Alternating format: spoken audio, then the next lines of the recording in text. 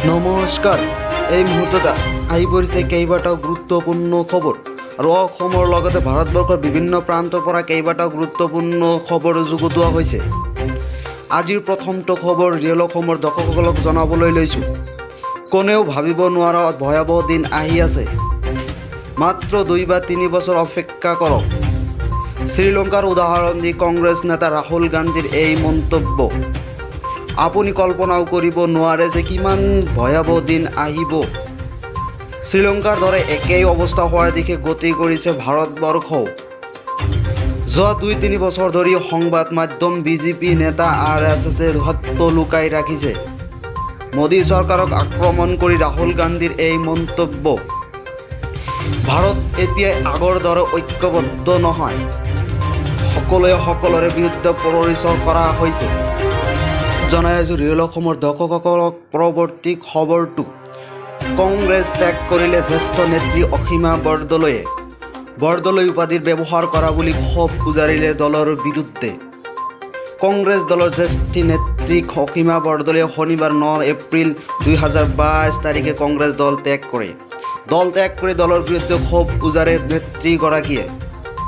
তেখেত কয়, কংগ্ৰেছ দলে কেৱল বৰদলৈ উপাধিটোহে ব্যৱহাৰ কৰিলে। তাৰ বাহিৰে উচিত সন্মান প্ৰদান কৰাত ব্যৰ্থ। সদায় ককাই দেউতাৰ আৰু দেউতাকৰ উপাধি ব্যৱহাৰ কৰি আহিছে বুলি অভিযোগ তোলেন কংগ্ৰেছৰ বিৰুদ্ধে। গুৱাহাটী পৌৰসভা নিৰ্বাচনলৈ মাজত মাত্ৰ কেইবাটাও দিন বাকী থকা অৱস্থাত এই সিদ্ধান্ত গ্ৰহণ কৰিলে কংগ্ৰেছৰ নেত্ৰীগৰাকীয়ে। ইয়াৰ ফলত কংগ্ৰেছ দল আৰু দুৰ্বল হৈ পৰাৰ আশংকা প্ৰকাশ কৰিছে।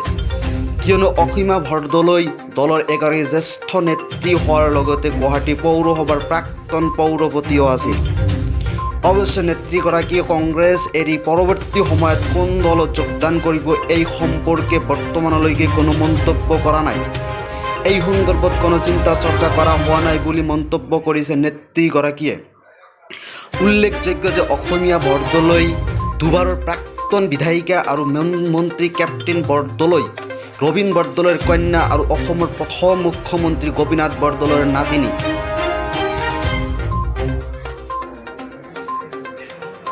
এই মুহূৰ্তত জনাই আছোঁ ৰিয়েল অসমৰ দৰ্শকসকলক পৰৱৰ্তী খবৰটো।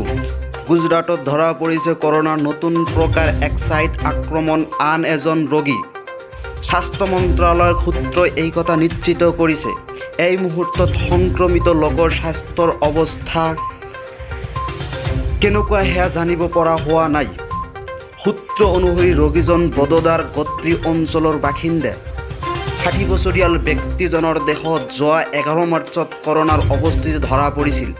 ইয়াৰ পিছতে তেওঁৰ নমুনা জিনম অনুক্ৰমণভাৱে প্ৰেৰণ কৰা হৈছিল আৰু পৰীক্ষাৰ অন্তত কৰোনাৰ নতুন ভেৰিয়েণ্ট XEৰ সংক্ৰমণ ধৰা পৰে। সূত্ৰ অনুসৰি লোকজনৰ কোনো নাই ট্ৰেভেল হিষ্টৰী। দেশৰ এক্সাইট প্ৰকাৰৰ প্ৰথম ঘটনাটো মুম্বাইত পোৱা গৈছিল। অৰ্থাৎ এতিয়ালৈকে দেশত এক্সাইটৰ 2টা ঘটনা পোৱা গৈছে। বিশ্ব স্বাস্থ্য সংস্থাৰ মতে এই প্ৰকাৰটোৰ প্ৰথম ঘটনাটো 19 জানুৱাৰীত ইউকেত পোৱা গৈছিল। আৰু ৰিয়েল অসমৰ দৰ্শকসকলক পৰৱৰ্তী খবৰটো জনাই আছোঁ। 5 দিনীয়া কাৰ্যসূচীৰে অসমত উপস্থিত লোকসভাৰ অধ্যক্ষ ওম বিৰলা।